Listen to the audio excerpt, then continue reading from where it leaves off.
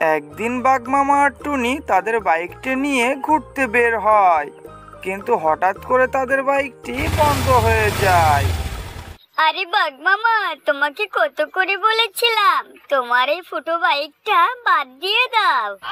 এখন এমন জায়গায় এসে নষ্ট হলো, আমরা এখানে তো বাইকটি সারাতেও পারবো না।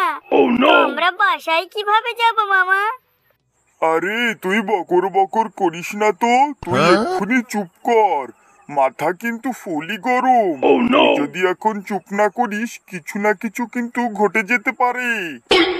আরে মনে হয় বাঘ মামা তো রেগে গেছে। এখন আমার উচিত হবে এখন আমি চুপ করে থাকি, আর এটাই বুদ্ধিমানের কাজ।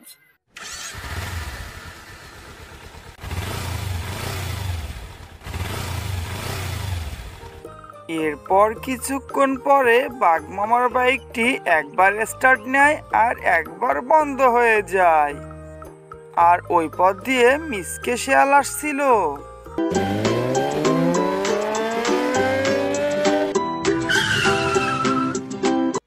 আরে বল্টু, দেখ দেখ, মনে হচ্ছে শিয়াল মামার বাইকটি বন্ধ হয়ে গেছে।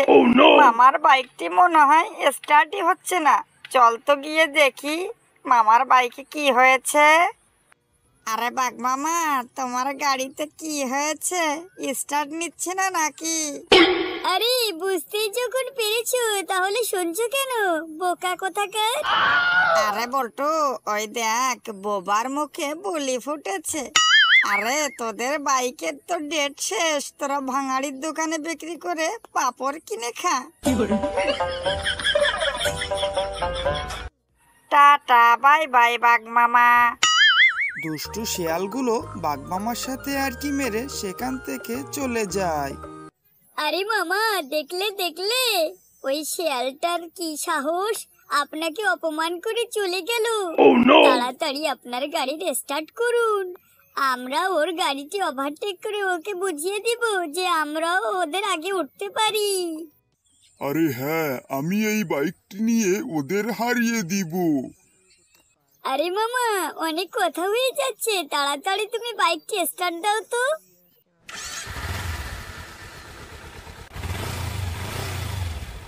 আরে এই দেখ, স্টার্ট হয়ে গেছে।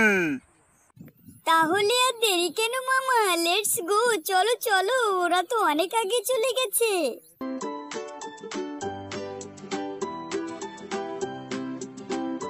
আরে বল্টু, সে বাঘ মামা টুনির তো কোনো চিহ্নই দেখতে পারছি না। ওরা এখনো মনে হয় ওদের এই ভটভটিটা নিয়ে বসে আছে। আমরা কি এখন থামাবো নাকি এখান থেকে জোরে চালাবো? আরে না বল্টু, চল চল, আমরা একটি ভালো জায়গা দেখে থামিয়ে দিই আমাদের এই গাড়িটা, যাতে ওরা আমাদের একটু পিছে পিছে আসতে পারে। এরপর শিয়ালগুলো একটি ফাঁকা জায়গা দেখে সেখানে বসে বিশ্রাম নিতে থাকে।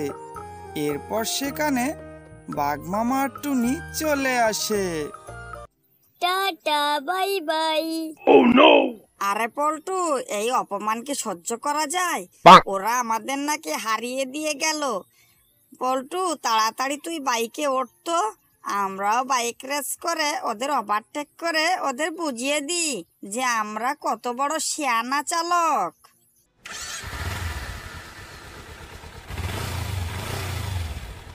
আরে টুনি, তুই পিছন ফিরে দেখ তো শিয়ালগুলো আসছে কিনা। আরে না মামা, সেগুলোর তো কোনো খোঁজ খবরই দেখতে পাচ্ছি না। আর তোমার বাইকের যে পাওয়ার, তা মনে হয় ওদের দেখাই আর পাবো না।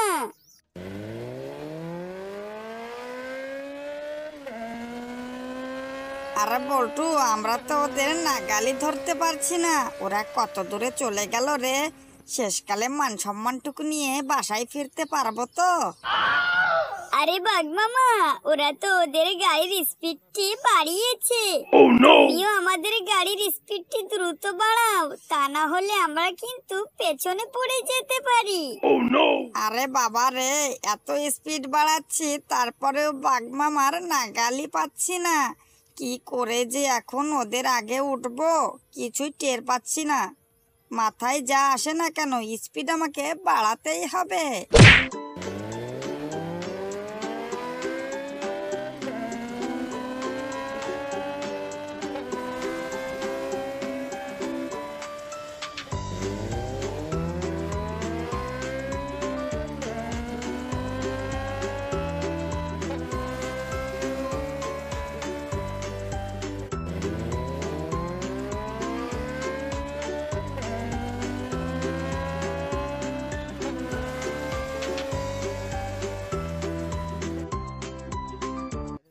আরে বাঘ মামা, ওরা তো ওদের গাড়ির স্পিডটি বাড়িয়ে দিয়েছে, আপনিও তাড়াতাড়ি আমাদের গাড়ির স্পিডটি বাড়িয়ে দিন।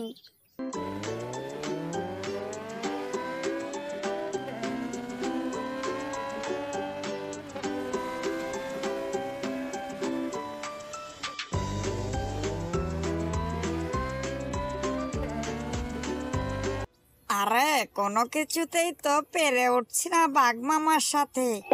কিন্তু আমিও তো ছাড়ার পাত্র না। আজকে যে করে হোক না কেন বাঘ মামাকে হারিয়েই তো ছাড়বো আমি।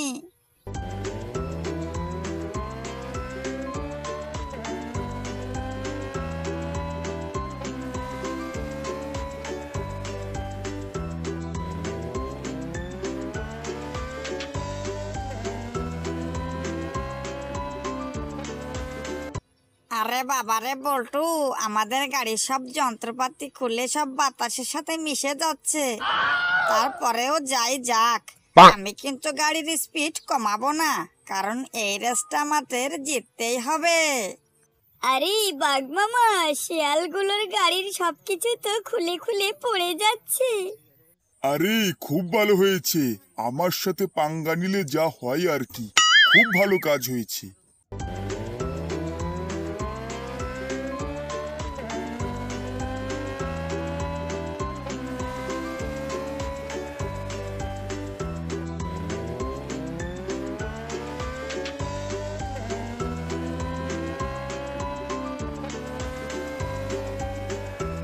আরে মামা, তুমি তাড়াতাড়ি গাড়ির স্পিড বাড়াও, ওরা কিন্তু আমাদের কাছাকাছি চলে এসেছে। এরপর বাঘ একটি গাছের সাথে ধাক্কা খেয়ে আকাশে উঠে যায়, আর সে সেখানেই বাইক চালাতে থাকে। আরে বল্টু, বাঘ মামা কোথায় গেল? একটু আগেই তো দেখতে পাচ্ছিলাম। আরে ওই দেখ, ওরা আকাশে যে বাইক রেস করছে। আরে আমরা কি এত দুর্বল নাকি? আমরাও ওর পিছু পিছু যাব। চল চল, ধরে পাই বল্টু। এরপর দুষ্টু শেয়াল দুটো গাছের সাথে ধাক্কা খেয়ে বাঘের পিছনে চলে যায় আর তার পিছু পিছু রেস করতে থাকে।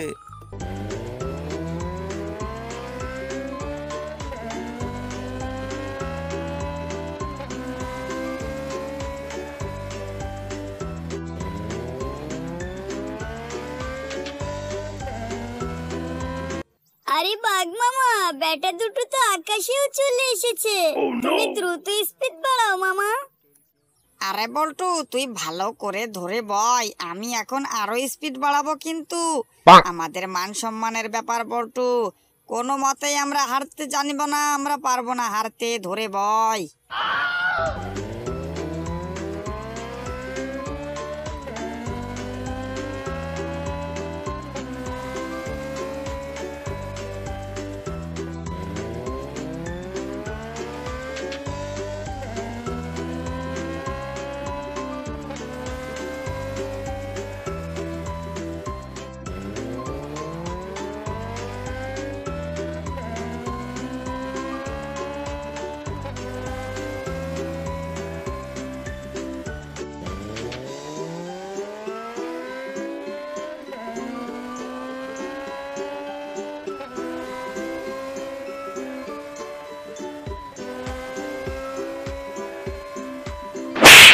ওরে বাবা রে, মনে হয় শরীরের আর একটা হাড়ও আস্ত নেই।